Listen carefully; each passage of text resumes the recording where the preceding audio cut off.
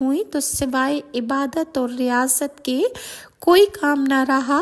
اگر حضرت یوسف علیہ السلام انہیں اپنے پاس آنے کے لیے دن کو بلاتے تو وہ کہتی کہ میں رات کو آؤں گی، اور رات کو بلاتے تو وہ دن کا دعویٰ کرتی۔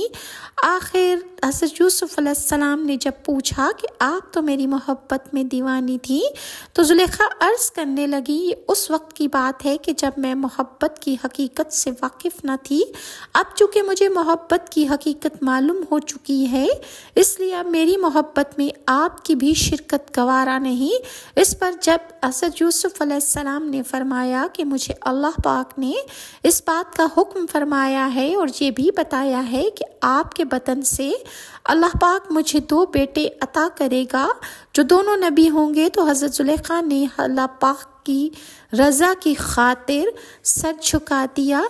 حضرت زلیخا کی توبہ کا اعلان قرآن